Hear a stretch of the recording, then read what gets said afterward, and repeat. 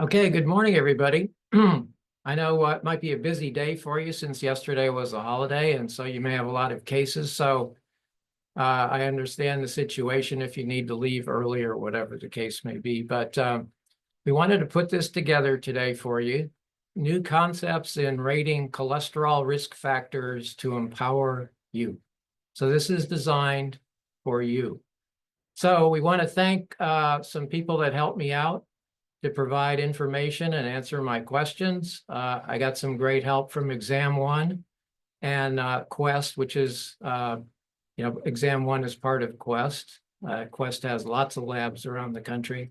And they actually have a cardiometabolic center of excellence at the Cleveland Heart Lab. And they were kind enough to provide information as well. So all these people gave me a helping hand, as well as our new doctor in Canada, Dr. El Corey. So I want to thank all those people for helping me out. So here's our agenda today. We're not going to talk about any AI, so you can rest easy on that count. We're just going to talk about LI. So today is lipid intelligence, designed to help you. Knowledge is power, so hopefully this information will be helpful to you. We're going to talk about cholesterol, which is a fat, and how it moves around in the blood, which is actually water-based. That's a problem. What is a lipoprotein? And we're going to talk about good and bad cholesterols. And what is non-HDL cholesterol, if you haven't heard of that before. We'll talk about treatments that you'll see in attending physician statements, and then maybe how we could reframe or reconsider how we look at cholesterol ratings for life insurance. So let's get rolling. So I attended a lecture at the American Academy of Insurance Medicine, which was a joint meeting with Climoa in Montreal, Canada last fall. And I heard a very good lecture from a doctor from one of the universities there, McGill. And, I thought I knew something about cholesterol, been a doctor for a long time. I thought I had some idea of what it was. And after listening to his lecture, I realized I really didn't know anything at all about cholesterol. And things have changed, and I wasn't keeping up. So I didn't even know maybe the top part of what an iceberg shows, the top 10%, but I certainly didn't know the other 90% that was under the surface. So hopefully today we'll both take a journey and kind of explore what's going on below the surface. So I hope you're with me and ready for a little journey here. So I don't know if you watch diners, drive-ins, and dives, but this is what I call diners, drive-ins, and defibrillators, because there's a lot of cholesterol in that big old multi-burger hamburger or poutine or whatever you might eat that has a lot of animal fat. And so we're going to talk about all the cholesterol that might be in the foods that we eat, and maybe think about it a little bit differently. So, what is cholesterol? So it's a waxy, fat-like substance that's found in all cells in your body. And it isn't all bad. It provides the stability of the cell membrane of the cells of your body. So you need it. But the body makes plenty, and it actually makes all the cholesterol that your body needs. So your body doesn't really need any from the outside world, but we provide it with, foods that we eat from animal sources, egg yolks, meat, cheese, butter, etc. And elevated blood levels of cholesterol are pro-inflammatory. So it causes systemic inflammation in the body, and that can cause atherosclerosis, plaque forming in your arteries. And elevated lipids can actually even have an effect on many aspects of health, including the viability of a human ovum fertilization. So there's lots of things where elevated cholesterol can have an effect. So we're going to talk about them today. So, whenever you start with something, you want to take a look at breaking up the word to make it easier to understand what it actually is. And so it's got three parts. So the chole, the CHOLE, from Greek, means bile. The ster, S-T-E-R, in Greek is from stereos and means solid. And the OL, we all talk about OL as being indicating an alcohol. So it's a combination of three parts. So it's been known a long time, since the 1700s, and it basically was first discovered in bile-related substances. So we're going to talk a lot about cholesterol today. And here's the interesting feature of cholesterol. One end hates water and the other end likes water. So, it's an odd molecule in that respect. So the chole, for the bile part, where the word came from, hates water. And the OL at the other end is basically for an alcohol, and that likes water. So you've heard of having alcohol and water, so scotch and water, bourbon and water, or you put an ice cube in alcohol. That mixes well. But the chole part doesn't like water. So how are we going to get cholesterol floating around in our water-based blood, right? So it's a problem. So with cholesterol as a fat and blood is water-based, and they don't mix. It's kind of like a salad dressing problem. You know how the fat rises to the top when you have a bottle of salad dressing in the refrigerator? It doesn't mix. So you have to shake it up and try to get it in some kind of mixture. But in our bodies, we couldn't do that all the time, shaking up our bodies to try to get the fat and the water mixed. So we got a delivery problem of how to get the cholesterol moving around in our body in an effective way, right? So we don't have a FedEx or UPS to do it, to deliver the package. So what we have is what's called lipoproteins at the bottom. And so that's how we deliver the cholesterol around the body. And here's what a cholesterol molecule looks like. So I hope you don't mind going into the weeds here a little bit, a little organic chemistry. But here are the three parts that I talked about before. At one end is the chole part, which doesn't like water. And that's got carbon atoms and hydrogen atoms. And every time you see a C there, that's a carbon atom. So lots of carbon atoms here. So there's 8 carbon atoms with hydrogens on the chole part that hates water. The big red circle is the ster part, or the solid part. And actually, that's the basis for a lot of steroids. So a lot of steroids have that same structure. And then on the other end, in the yellow circle, or kind of gold circle, that's the OH, that's the alcohol end.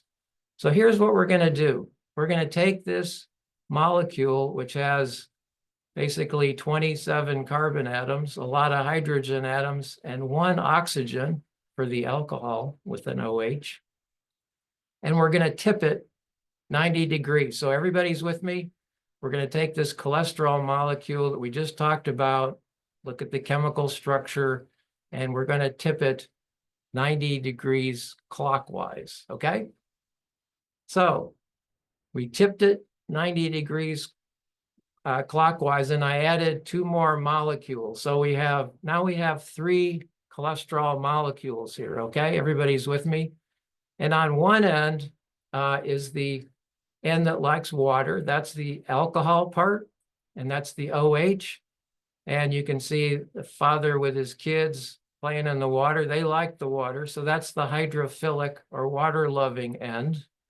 And then on the other end is the part that didn't like water. That's the green circle.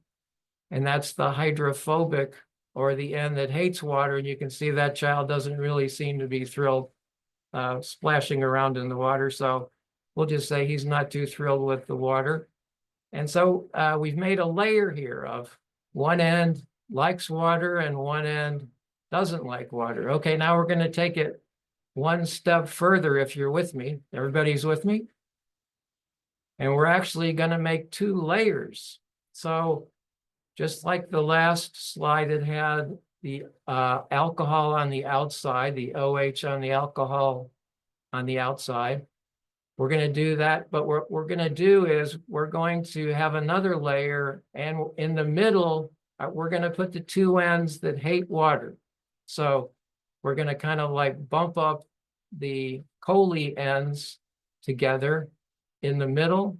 And then on the outside, we're going to have the OH or the alcohol ends that like water. So we're going to make kind of a bilayer here of cholesterol molecules. Everybody's with me?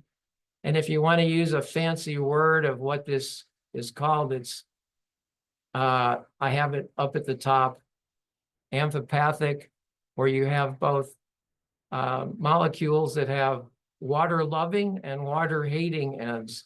And you can see to the left, it's basically a picture of this two layers with the little blue balls are basically the alcohol end that likes water. And then there's water on that end, that side. In the middle is the fat that doesn't like water. And then on the other end are the blue balls again that like water. So we've made a layer now of cholesterol molecules. Still with me? So we're going to build a lipoprotein. Remember, we said cholesterol would have trouble moving around in the blood since it doesn't, one end doesn't like the water, and it would be like salad dressing.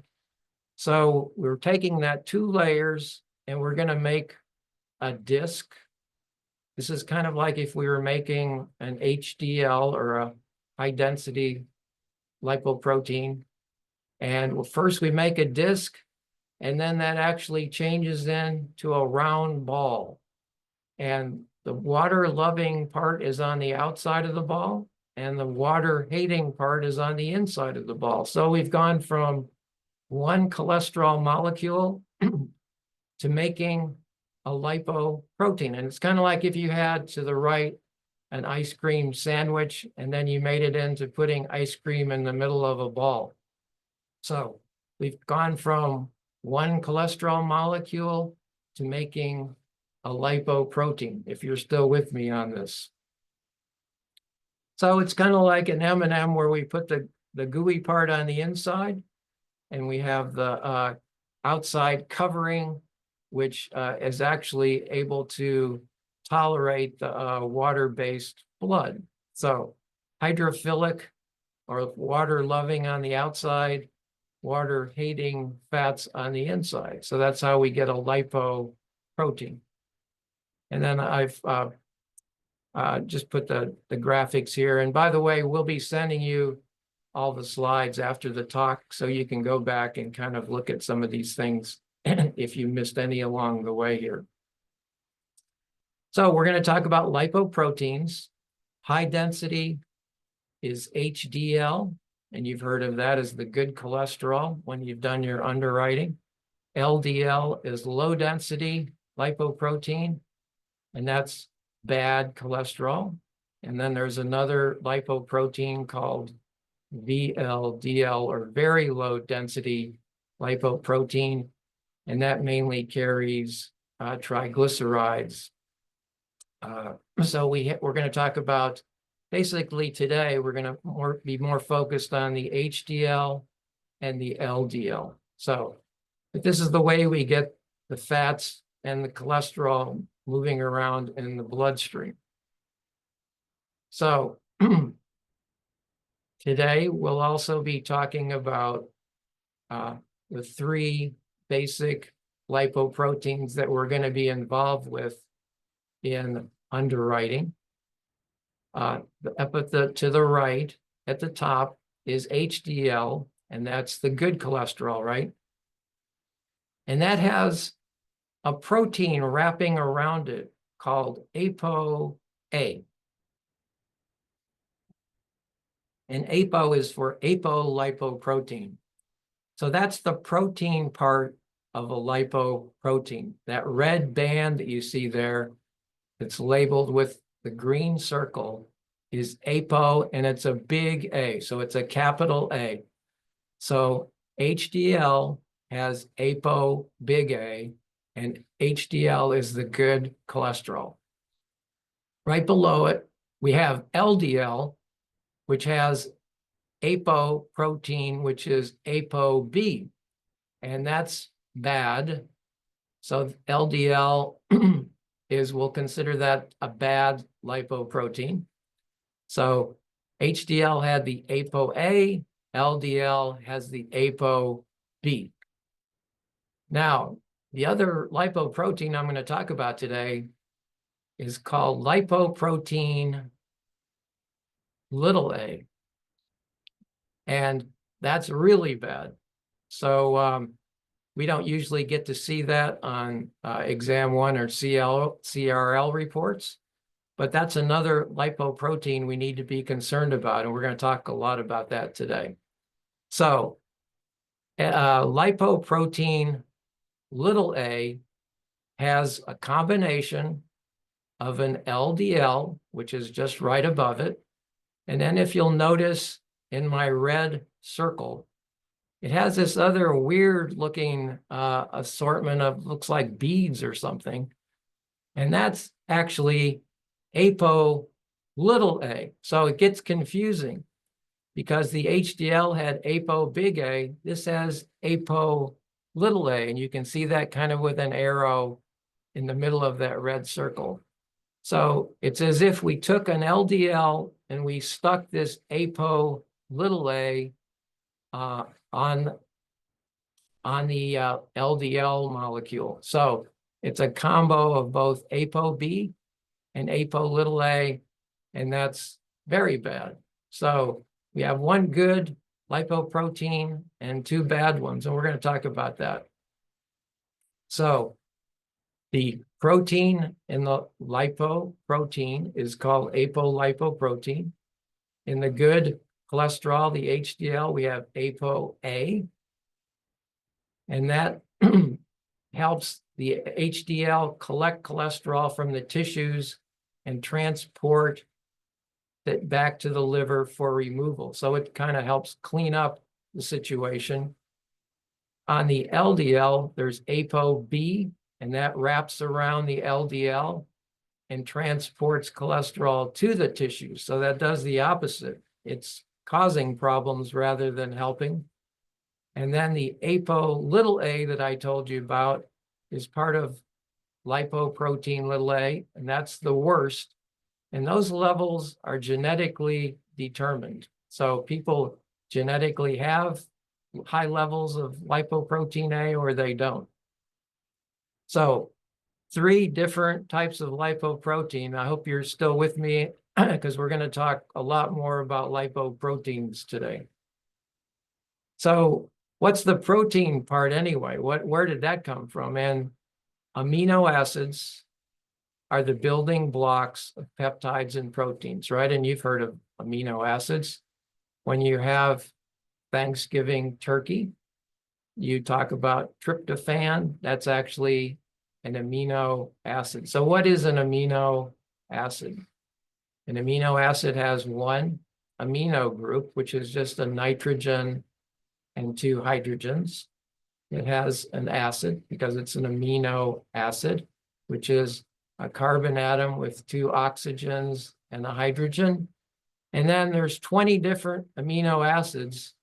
And that's why we have an R here, because each one has a different additional group attached to that middle carbon atom. And that's why the R is here. It kind of stands for any one of 20 different things that you could attach there to that carbon atom. So there's 20 different amino acids, and one of them is tryptophan. It's in turkey that you talk about at Thanksgiving. It makes you sleepy.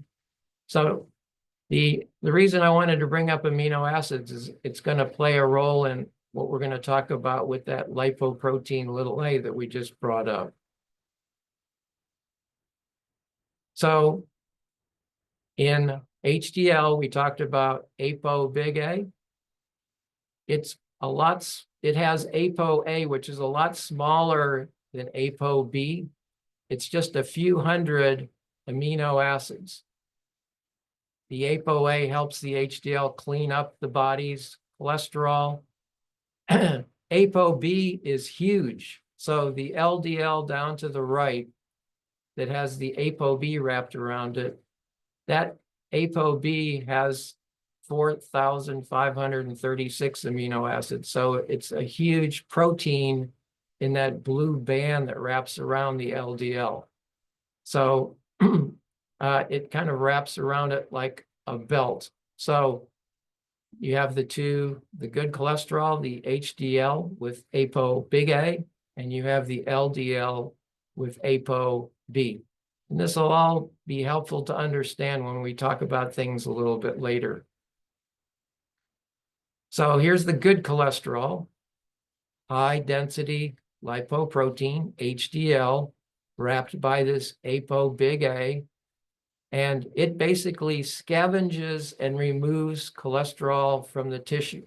So that's why we like to have high HDL levels, right? When you look at a case, when somebody has a high HDL, hopefully not from drinking too much alcohol, but has a high HDL level, it helps move cholesterol to the liver. It kind of scrubs the walls clean of the blood vessels, and it helps prevent atherosclerosis. So when you need a cleanup in aisle 5 or artery 5, the HDL comes to the rescue with its ApoB, okay? Low density lipoprotein has this ApoB wrapped around it. So, and as we talked about it, it's that ApoB is huge. It has a lot of amino acids in it, but it has the gooey stuff inside. So it's like that M&M. So on the outside, it's hydrophilic, and on the inside, it's hydrophobic. So it's found in the atherogenic lipoproteins, are the ones that cause problems in the arteries. And there's exactly one molecule of that ApoB that was wrapping around the LDL. So if you can measure that, you have a measure of the number of circulating atherogenic lipoproteins in the blood. So it kind of gives you a measurement of the number of circulating LDLs, right? And some healthcare providers are using an ApoB test, so you can actually test the level to assess cardiovascular risk.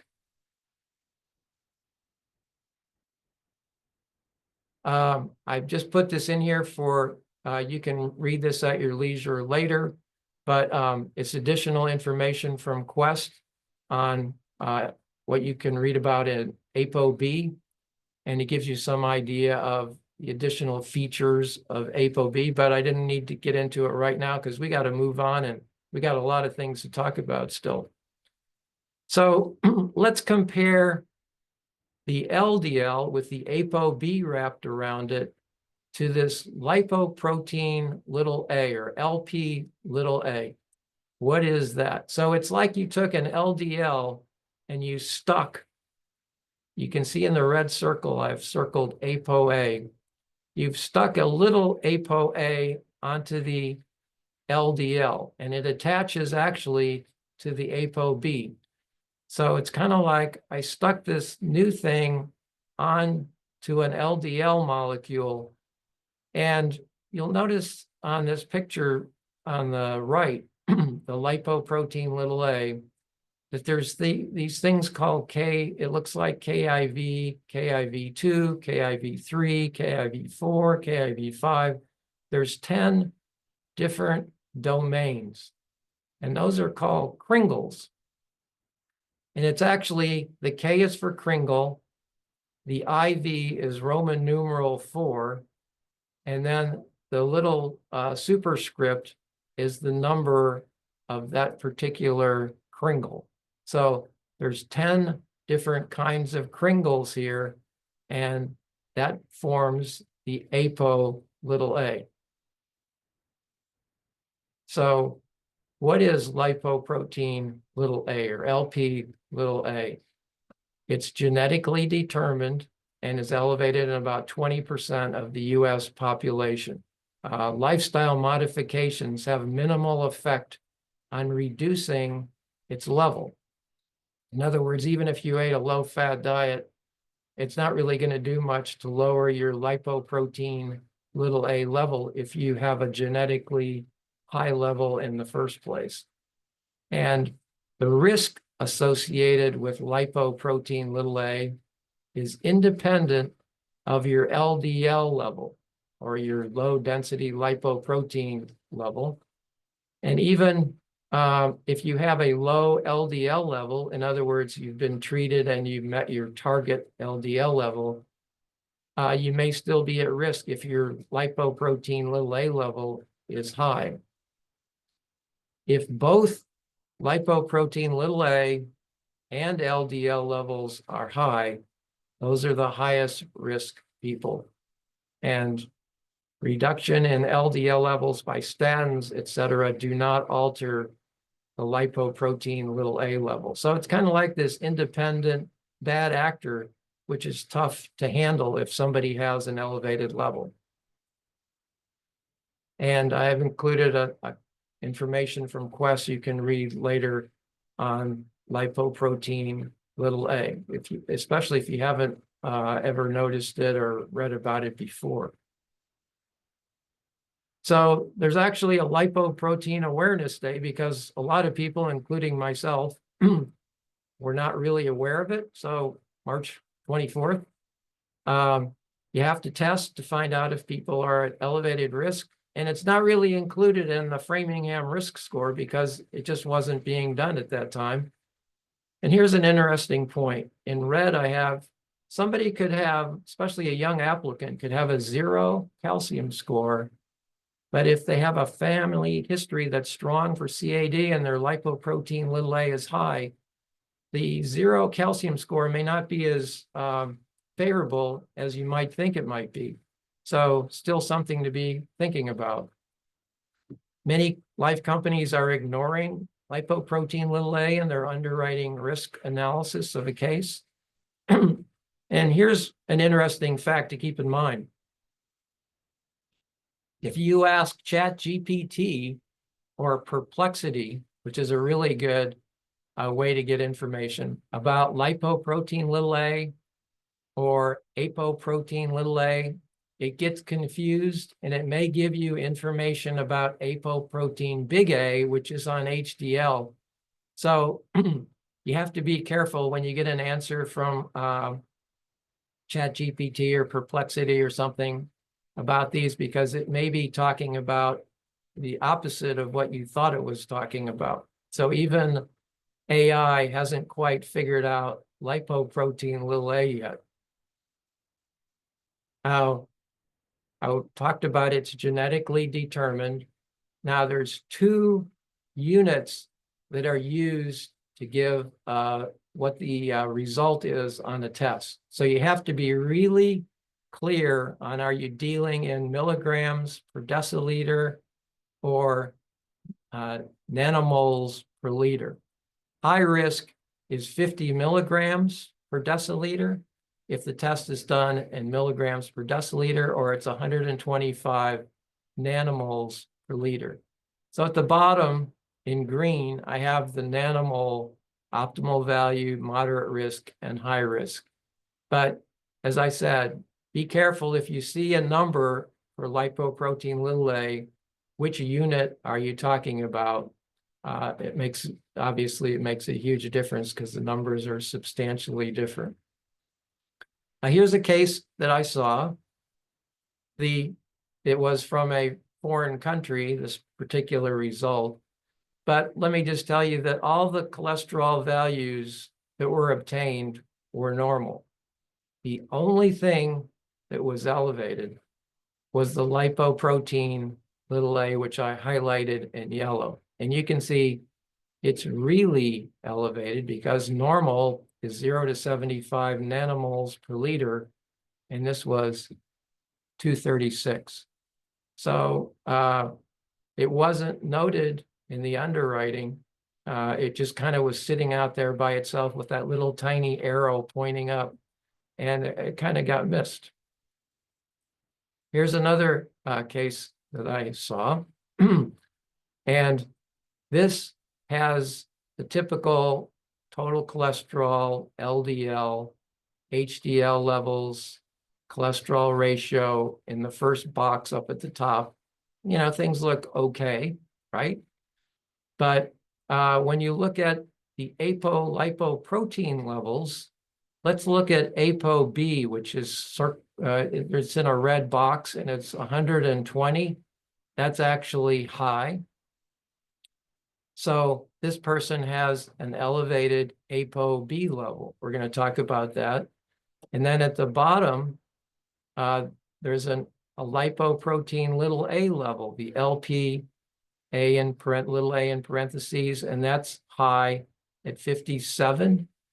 And that is in milligrams per deciliter. So as I said, you got to be careful of which unit you're talking about. So here, in this particular case, the ApoB is elevated and the lipoprotein little a is elevated. Whereas the typical cholesterol things that we usually look at in underwriting, the total cholesterol, the LDL, HDL, the cholesterol ratio look fine. And some companies might actually give credit for that if the person had debits for bills. Now, some companies are using, I'm just mentioning this, I'm not going to talk about it much more. They're using an ApoB, ApoA ratio, and it's kind of described as nuanced, although it may be related to risk. A lot of, you may not see too many ApoA levels in your APSs that you see. So this ratio, which some reinsurers may be rating in some way, let's just consider it nuanced. And it may be helpful, but you may not have an ApoA to make the ratio in a lot of cases. So we're finished today, I think you're going to be an expert on lipoprotein little a, even if you've never heard about it before. So let's go through the text first, and then we're going to look at the pictures. Everybody with me? So there are 10 of these Kringle 4 domains. So that's 4 Roman numerals. The Kringle 4 type 2, or KIV-2, is called the hypervariable region of the lipoprotein little a. The number of KIV-2 Kringles determines the atherogenic potential of the lipoprotein little a, or how bad is it? So it varies with different people. So the lower the number of the KIV-2 Kringles, the higher the level of lipoprotein A and the higher the risk. Seems kind of like, doesn't make a lot of sense. That's how it works out. So if you look to the picture to the right, in blue, I've circled the KIV-2 Kringles, and you can see that's the variable part of this. So there may be, you see like 1, 2, 3, 4, 5, 6, 7, 8 red little kind of circles. In this particular lipoprotein A structure, there's 8 of them. So that's number that would be in this particular setup. And in the purple box, I have the ApoA, Apo little a labeled. And then if you look up in the red circle I have up here, this is where the ApoA attaches to the ApoB. So it's kind of like an LDL molecule, and we stuck all these Kringles on it. Each Kringle is 80 amino acids. So you got tryptophan and 19 other different kinds of amino acids that make up each one of these little circle swirly things, okay? So say, well, what does a Kringle mean? Well, actually, Kringles were labeled a Kringle because it looked like a Scandinavian pastry that was called a Kringle. And the person that named the ApoA in the first place was Scandinavian. So it actually looks more like a Pakistani jalebi, but we got Kringles because it was discovered by a Scandinavian. So this is a lipoprotein little a with all the Kringles as I described before. I just wanted to, I'm probably beating a dead horse at this point, but when you see lipoprotein little a, these Kringle 4-2 repeats, the smaller the number of the -2, the worse the risk. So to the left, there are 3 repeats of Kringle -2. To the right, there's 15 repeats of Kringle -2. Actually, the smaller the number, the worse the risk. So this ApoA that's circled in red attached to the LDL, which makes lipoprotein little a, the smaller the number of those repeats, the worse the risk. And because there's different amounts of these -2s, they're called isoforms. So some people have a smaller number of those -2s and some have a larger number of the -2s. And they're called lipoprotein little a isoforms because each person might have a different number of those -2 repeats. Hope it makes sense. So I think we've talked about lipoproteins enough, right? So let's talk about underwriting requirements. Usually we're using total cholesterol and HDL ratios, which I would describe as the tip of the iceberg. And we're actually given credit if somebody has a normal ratio. I don't know if you're aware of this. I wasn't, but you can actually order a lipoprotein little a or an ApoB from exam 1 on an applicant. Normally, here's what we get, right? Here's a typical exam 1 profile. In the red box, I have the typical things we look at when we look at lipids, cholesterol, HDL. And you'll notice I highlighted the LDL is calculated. I don't know if you're aware of that, but they don't actually do the test. They just use numbers to calculate out an LDL. Okay? So the LDL is just calculated, and most, especially exam 1 right now, is still using the Frieder-Wald formula to calculate LDL. And the way that the equation goes is LDL equals total cholesterol minus HDL minus the triglycerides divided by 5. So on this particular person's results, the LDL was calculated in the red circle as 40. When I did the math, I got 41 using Dr. Frieder-Wald's formula. And I actually worked for Dr. Frieder-Wald at MetLife back in the dark ages. He came from the NIH. He had formulated this formula back in the 70s. Later came to MetLife at that time and was the chief medical director at MetLife. So been using the Frieder-Wald formula for a long time. Oh, so that's how we get the calculation for LDL. Except it's not valid when the triglycerides are over 400. And you've seen this before on reports where it just says invalid when triglycerides greater than 400. And you can see here the triglycerides were 766. So that kind of blew that up. So you don't get an LDL reported.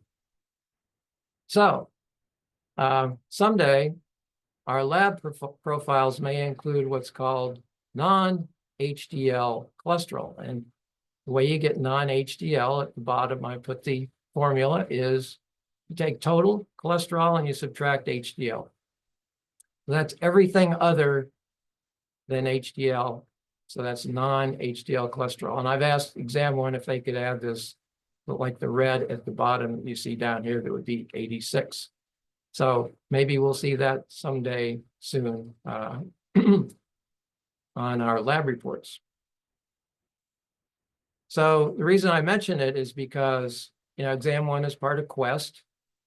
And here's a Quest lab report from an APS. And you'll notice that I've highlighted in yellow at the top, the LDL cholesterol was reported as 155 here. Now, it was still calculated, but look in the red box. It says LDL is now calculated using the Martin-Hopkins calculation, which is a valid novel method providing better accuracy than the Friedewald equation in the LDL estimation. So you can read this journal article if you want. And it's named by the researcher Martin, who worked at Johns Hopkins. So that's why it's the Martin-Hopkins calculation. So instead of like on exam 1, which is part of Quest, we're still using the Friedewald formula. On the actual Quest, if you have your blood drawn and goes to the Quest lab, it's actually the LDL is reported by this Martin-Hopkins calculation. And then also on the Quest lab, you'll notice down below, highlighted in yellow, it says non-HDL cholesterol. As I said, maybe we'll be saying this, and that's what I've asked exam 1 if they could start doing. And then I put at the bottom, the reason why Quest has gone to this Martin-Hopkins calculation is the Friedewald formula tends to underestimate. If you were to do a direct measurement of LDL, it underestimates what the LDL is if the triglycerides are 200 to 399. So it works better at lower levels of triglycerides, but that's why Quest has switched to this Martin-Hopkins. Now, when doctors are trying to treat people that have cardiovascular risk factors, or maybe they had a cardiac event, they usually use LDL cholesterol target levels, which you may see mentioned in the notes in the APS. So-and-so has had a cardiac event. I want their LDL to be less than 70 or whatever the case may be. So there's target levels that people have been using for a long time for LDL cholesterol. Sometimes you may see something like this in an APS. And when I used to see these, I kind of got a little afraid of what I was actually looking at because I wasn't sure what I was looking at. Maybe you're the same way. Unfortunately, when it's in black and white like this, because of the way we see APSs, you don't get the full gist of the colors that might be helpful to us to kind of warn us that something's wrong. But if you'll notice at the top, I have circled in blue the non-HDL cholesterol, but then look at the bottom part, it starts talking about lipoproteins, which we had talked about at the beginning of our talk here. And it starts talking about particle size, which I've highlighted in green. And then at the bottom, you'll notice it says apolipoprotein B. Well, that's what we were talking about wrapping around the LDL, right? And then it also says in the red circle, lipoprotein A, little a. So this Quest Lab Cardio IQ Advanced Lipid Panel is telling us new information that we don't get from a typical, exam 1 or CLRL lab lipid report. So something to keep in mind when you see these, maybe with the information we talk about today, it won't be quite as fearful it was for me, but now I'm starting to get the hang of it. So I'm starting to use these to my advantage. Now, the reason that I'm mentioning particle size here is the more particles and the smaller the particles size, or the more particles in general, the higher the risk. And if you'll notice here, when you look at the particle size where I don't know if you can see my arrow, but all these numbers are elevated regarding the particle size here. So Particle size is another thing that might be coming into focus as we get more understanding of lipid abnormalities. Now, here's one that's in color. So this is a lot more helpful if we do ever get them in color.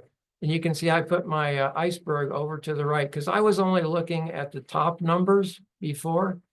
But now I think we can together kind of look at what the other risk factors might be below the surface. So let's look at these in the red box that I have here. If you'll notice at the bottom, I have circled in red the lipoprotein little a. Well, it's elevated here at 283, and that's nanomoles per liter.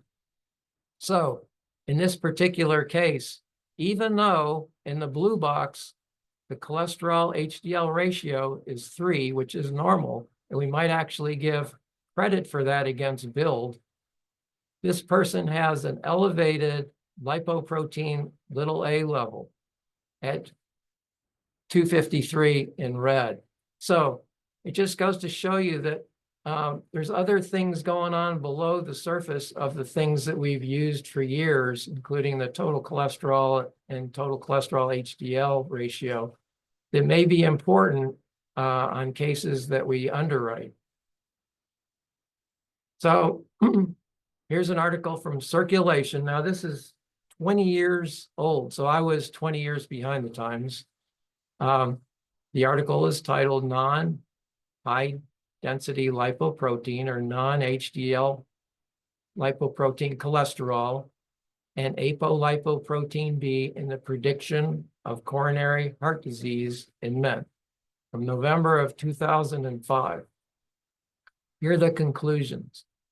Although non-HDL cholesterol and ApoB were both strong predictors of CHD in this male cohort, more so than just LDL, the findings support the concept that the plasma concentrations of atherogenic lipoprotein particles, or bad lipoprotein particles, measured by ApoB is more predictive in the development of CHD than the cholesterol carried by these particles measured by non-HDL. So we'll talk about what the strata is here, but what it's saying is ApoB levels were better in predicting problems than non-HDL, which was better than LDL. So even 20 years ago, that was kind of being reported. So why are we going to talk about ApoB? Since it's that wrapping around the LDL, if you measure it, it gives you a direct measurement of the atherogenic particles in the blood. And this is from a meta-analysis, so like a study where they used other studies. It was concluded that over a 10-year period, a non-HDL cholesterol strategy would prevent 300,000 more events than an LDL strategy, whereas ApoB would prevent 500,000 more events than a non-HDL cholesterol strategy. So what is that saying? It's saying that if you measure ApoB, that is superior to non-HDL cholesterol, which is superior to LDL as the predictor of cardiovascular disease risk. So the whole idea of this talk is there's a lot of things to consider, not just what we've been doing in the past with total cholesterol and HDL, but looking at what the non-HDL cholesterol level is. And then if we can get an ApoB, what that level is, those might be superior predictors, even though in practice, a lot of doctors still use LDL as the targets, which I mentioned before. One of the key things, and it's hard for me to wrap my head around this, but we talked about LDL levels, which are calculated. It kind of gives you a level of the circulating cholesterol. But if you actually measure the ApoB levels, that gives you the number of particles, which appears to be a better assessment of risk. So it may be that the LDL isn't that high, but the ApoB gives you a better indicator if it's elevated of risk. And so what this is called is a lipid discordance. It's like, it seems like they should both be the same, but the ApoB being an indicator of the number of particles may actually be a better indicator of risk than the LDL level. Now, this is something you can look at later when you get the slides, but I actually put my own risk factor calculation together, and I used a lot of data. And I actually put this calculation together to help myself. So I used hundreds of thousands of lab data to try to come up with something that would help me assess risk on a particular case. It's unofficial. I just use it as kind of a curiosity thing, but something you can look at and see if that number that you get when you do this calculation is something that might be useful for you. So let's talk about management of elevated LDL levels or non-HDL cholesterol levels. So first level, statins, which a lot of people are on, followed by a binder. It's like a GI binder that binds cholesterol. And then you may have seen this in APSs. And it's a mouthful to say, but I'm just abbreviating it PKSK9 inhibitors. And we're going to talk about those. So everybody knows about statins. They inhibit cholesterol synthesis, and they also help increase the number of LDL receptors on the liver cells to remove LDL. So statins are very useful to help remove LDL from the system, which is an adverse lipoprotein, and they inhibit cholesterol synthesis. And you've seen all these names below. Atorvastatin, Lipitor is the most prescribed, and Crestor is the most potent. The thing about the two that are in blue is grapefruit juice interacts with the metabolism. So really, you probably shouldn't drink grapefruit juice whenever you take medication, because it seems to be to foul up metabolism of a lot of medications. Besides lowering cholesterol, there's a whole bunch of other things that statins do that we don't really have a great handle on, but they're anti-inflammatory and they decrease CRP levels.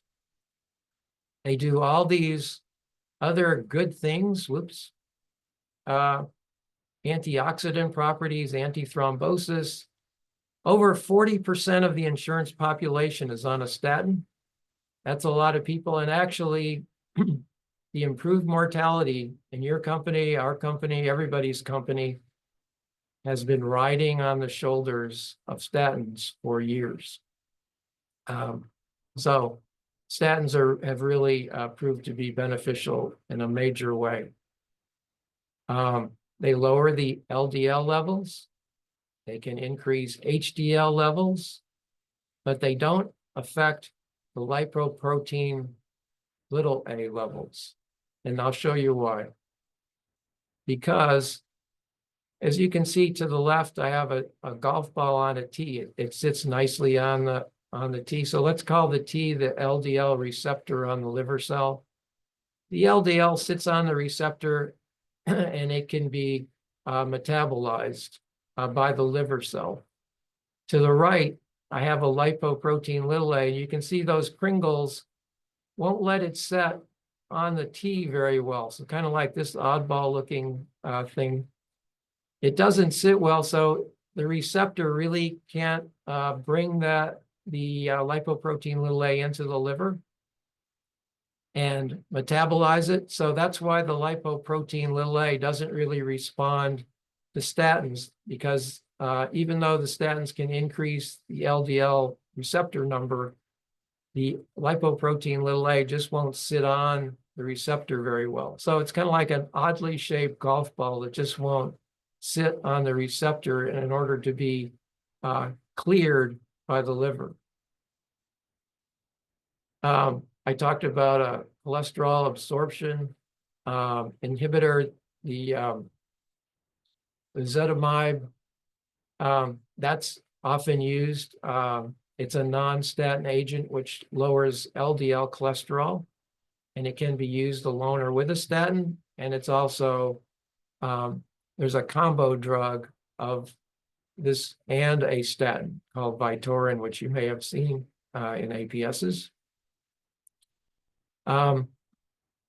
What is this PCSK9? And the way I remember it is when you talk about PCSK9, remember the P and the C are together. So it's like your PC helps. If you have it in your system, it prevents the LDL receptor recycling. So it causes less removal of LDL from the system. So it's a little hard to see these diagrams, but if you look to the left, if you have these little yellow balls out here, that's LDL, and this little purple curve thing is a PCSK9. When it attaches to the LDL and at the receptor site, it prevents the LDL receptor from recycling. And you want it to recycle because you want to take more LDL out of the blood system, the plasma. So if there's PCSK9 around, that prevents recycling of the LDL receptors. So they get metabolized and you don't remove as much LDL, which may be elevated in your system. So if you could prevent that PCSK9 from attaching to the LDL receptor, you would allow the LDL receptor to quote, recycle, go to the surface of the liver cell and take more LDL out of the system. So what these drugs do is they bind to the PCSK9 out here in the plasma to prevent them from attaching to the LDL receptor. So they work by disabling the PCSK9 protein, and they're monoclonal antibodies. So they may be used in people that are either taking statins and binders, or maybe people can't tolerate those and they need something else. So these are injectable drugs, and I'll show you how they're basically built genetically. On the left is an IgG antibody, human immunoglobulin antibody like IgG, and it binds antigens at the antigen binding site. So what the drug companies have done is they've basically built the same kind of immunoglobulin, but it only seeks PCSK9 at its binding site.